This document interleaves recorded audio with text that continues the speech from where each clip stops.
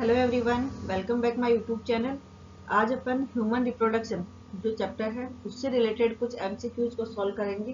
पहला जो अपना क्वेश्चन है वो है, एक स्वस्थ महिला के पूरा जीवन काल में उत्पन्न कुल अंडों की संख्या होगी। यानी कि एक जो हेल्दी महिला होती है वो अपने पूरे लाइफ टाइम में कितने अंडे, अंडे का मतलब है मादा युग्मक या ओवम जिसको कहते हैं, ओवम या मादा युग्मकों का निर्माण अपने पूरे लाइफ में करती है, अपने जीवन काल में करती है। तो सबसे पहले मैं आपको बता दूं कि लगभग 13 वर्ष की आयु में, लगभग 13 वर्ष की आयु में जब रजो दर्शन या जिसको अपन कहते हैं मेनार्क, जब ये शुरू होता है, यानी कि आठवें चक्र शुरू होता है, और आठवें चक्र जब शुरू होता है तो उसे कहते हैं रजो दर्शन। उस टाइम पर जो है महिला में प्रत्येक मंथ, यानी कि पर मंथ उसके हर अंडाशय से एक अंडाणु निष्कासित होता है। एक अंडाणु या एक ओवम जो है उसके अंडाशय से बनता है, और फिर हर मंथ जो है एक जो ओवम होगा वो उसके अंडाशय से निष्कासित होगा, जो कब तक होगा, और वो होगा 45 to 50 ईयर, यानी लगभग 50 वर्ष की उम्र तक होगा, जिसको अपन कहते हैं मीनोपोज या रजो निवृत्ति। यानी कि 13 वर्ष की आयु से लेकर के 50 वर्ष की आयु तक लगभग जो होते हैं महिलाओं में ओवम का निर्माण होता है, यानी कि अंडों का निर्माण होता है, जो पर मंथ एक अंडाणु एक ओवरी से बनता है। तो पूरे जीवन काल में टोटल जो इनकी संख्या हो जाती है वो लगभग आपकी जो है 400 होती है। तो 400 ओवम जो है वो एक महिला में पूरे जीवन काल में लगभग बनते हैं। नेक्स्ट क्वेश्चन है, गैस्ट्रुलेशन वह प्रक्रिया है जिसमें एकल स्तरीय ब्लास्टुला द्विस्तरीय बनते हैं, आर्केट्रॉन का निर्माण होता है, कोशिकीय गतियां होती है, युग्मनज लार्वा में परिवर्तित होते हैं। तो इसका जो राइट आंसर रहेगा वो अपना रहेगा ए। एकल स्तरीय जो ब्लास्टुला है वो द्विस्तरीय परत में बदल जाता है। यानी कि जो ब्लास्टुला होता है जिसमें कि 16 से 32 कोशिकीय संरचना होती है, सारी कोशिकाएं होती है, इस तरह की एक संरचना होती है ठोस संरचना, जिसमें पूरे में इस तरह से कोशिकाएं भरी हुई होती है। बाद में यही जो संरचना होती है ये दो स्तर इसमें परमानेंट बन जाते हैं। यानी कि एक जो कोशिकीय स्तर है वो इसकी झिल्ली के रूप में, एक कोशिकीय स्तर तो इसकी झिल्ली को बनाता है चारों तरफ इस तरह से, और जो दूसरी कोशिकाएं होती है वो बची हुई जो कोशिकाएं होंगी वो एक समूह के रूप में एक जगह से इकट्ठी हो जाती है। तो ये बाहर वाली जो परत बन रही है इसको कहते हैं ट्रोफोब्लास्ट या पोस्कोरक, और अंदर जो कोशिकाओं का ये समूह बनता है इसको कहते हैं अंतरकोशिकीय समूह। यानी कि एकल स्तरीय ब्लास्टुला जब गैस्ट्रुला में चेंज होता है तो उसमें दो स्तर बन जाते हैं। नेक्स्ट क्वेश्चन है, स्तनधारियों में निषेचन की क्रिया संपन्न होती है। स्तनधारियों में फर्टिलाइजेशन, निषेचन कहाँ संपन्न होता है? फर्स्ट ऑप्शन है अंडाशय में, गर्भाशय में, फैलोपियन नली में या योनि में।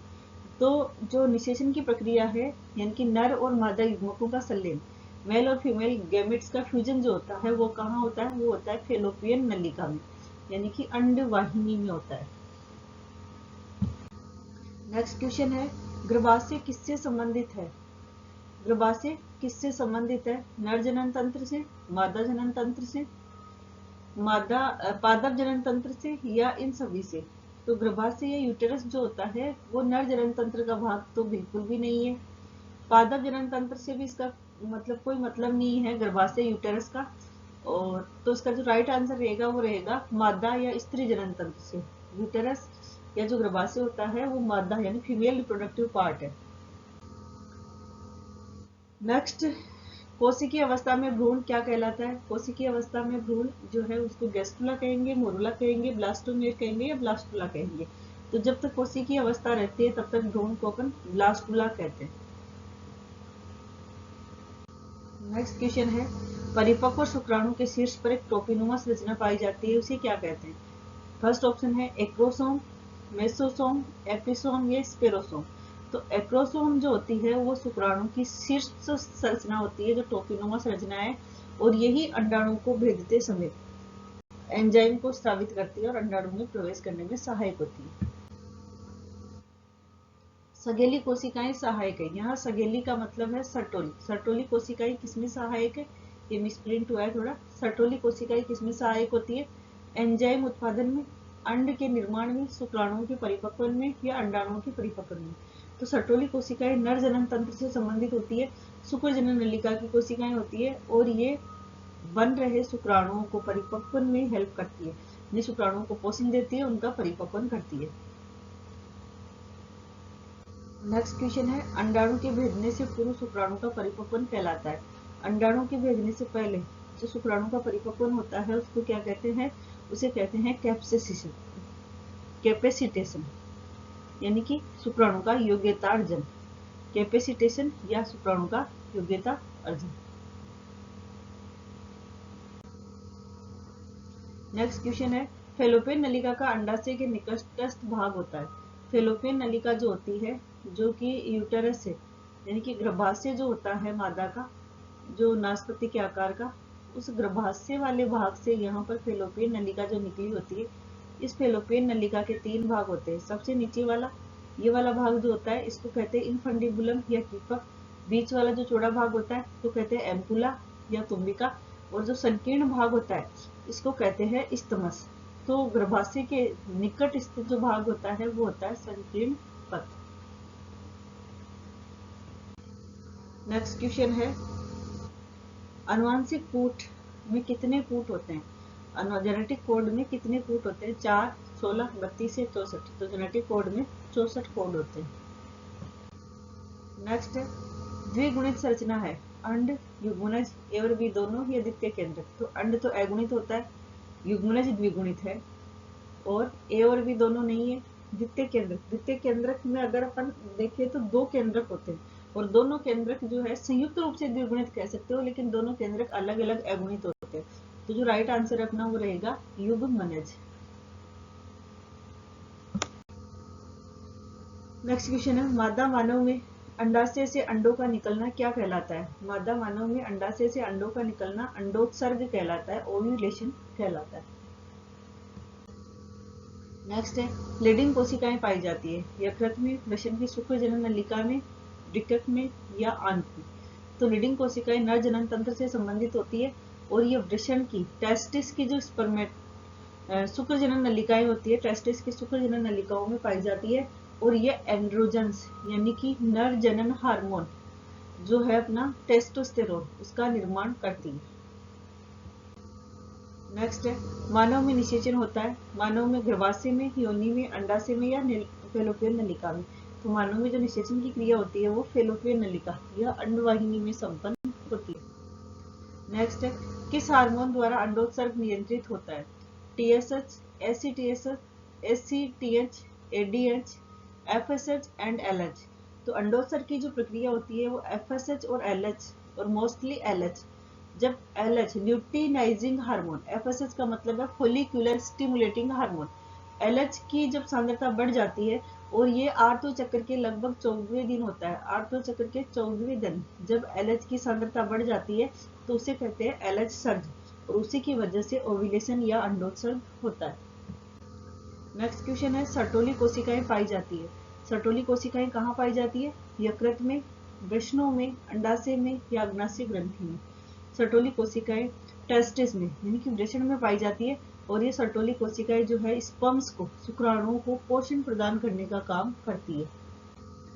नेक्स्ट क्वेश्चन है, मानव मादा में गर्भकाल है। मानव मादा में गर्भकाल या गर्भावस्था जो होती है वो कितनी होती है? 30 दिन की, 90 दिन की, 9 दिन की या 7 माह की? 9 माह की या 7 माह की? तो इसका जो राइट आंसर रहेगा अपना वो रहेगा 9 मंथ। यानी कि मानव में जो मादा है उसमें गर्भकाल या जो उसका प्रेगनेंसी टाइम होता है जिसको अपन गर्भावस्था कहते हैं वो टोटल कितनी होती है? 9 मंथ की। यानी कि 9 मंथ में जो है संपूर्ण शिशु का विकास हो जाता है। नेक्स्ट है, कोरक की गुहा कहलाती है। कोरक जो है उसकी गुहा क्या कहलाएगी? Blastocoel, coelom, archenteron, homocoel. तो कोरक जो होता है उसकी जो गुहा है वो कहलाती है कोरक गुहा या ब्लास्टोसील। नेक्स्ट है, नर जनन कोशिका शुक्राणु उत्पन्न करती है। नर जनन कोशिका शुक्राणु कौन सी प्रक्रिया द्वारा उत्पन्न करती है? शुक्राणु जनन द्वारा, स्पर्मेटिड द्वारा, स्पर्मिएशन द्वारा, इनमें से कोई नहीं। तो शुक्राणु जनन, स्पर्मेटोजेनेसिस जो है वो शुक्राणु निर्माण की प्रक्रिया है। यानी नर जनन कोशिका स्पर्मेटोजेनेसिस या शुक्राणु जनन द्वारा शुक्राणुओं का निर्माण करती है। नेक्स्ट है परिपक्व मादा युग्मक के बनने की प्रक्रिया है। परिपक्व मादा युग्मक बनने की प्रक्रिया शुक्राणु जनन नहीं है, क्योंकि शुक्राणु जनन में तो शुक्राणुओं का निर्माण होता है, जो कि नर युग्मक है। एक्रोसोम ये खुद शुक्राणु का शीर्षस्थ भाग है। वीर्य ये एक तरल भाग होता है जिसमें कि शुक्राणु और जो है एक तरल मिला हुआ रहता है, जिसको अपन सीवन या वीर्य कहते हैं। अंडजनन अंडजनन यानी oogenesis, तो अंडाणु बनने की प्रक्रिया अंडजनन कहलाती है। इसका मतलब जो ये है तीनों संरचनाएं, ये नर जनन तंत्र से संबंधित है, शुक्राणु जनन से संबंधित है, लेकिन अंडजनन जो है वो मादा युग्मक निर्माण की प्रक्रिया है। नेक्स्ट है यौनारंभ के समय प्रथम आर्द्र चक्र कहलाता है। प्रथम जो मेंस्ट्रुअल साइकिल है, आर्द्र चक्र है, वो क्या कहलाएगा? अंडाणु, शुक्राणु, रजोदर्शन या आर्द्र। तो प्रथम जो आर्द्र चक्र होता है, जो लगभग 13 ईयर की एज में कंप्लीट होता है, सबसे पहले टाइम पर जो आता है, जबकि मादा में अंडाणु का निर्माण शुरू हो जाता है, उसे कहते हैं रजोदर्शन या मेनार्क। और लगभग 50 ईयर की एज में महिला जो होती है, उसमें आर्द्र चक्र मेंस्ट्रुअल साइकिल बंद हो जाता है, उसे कहते हैं रजो निवृत्ति या मीनोपॉज। तो आज की क्लास में बस इतना ही। Thank you. मिलते हैं नेक्स्ट क्लास में एक न्यू वीडियो के साथ।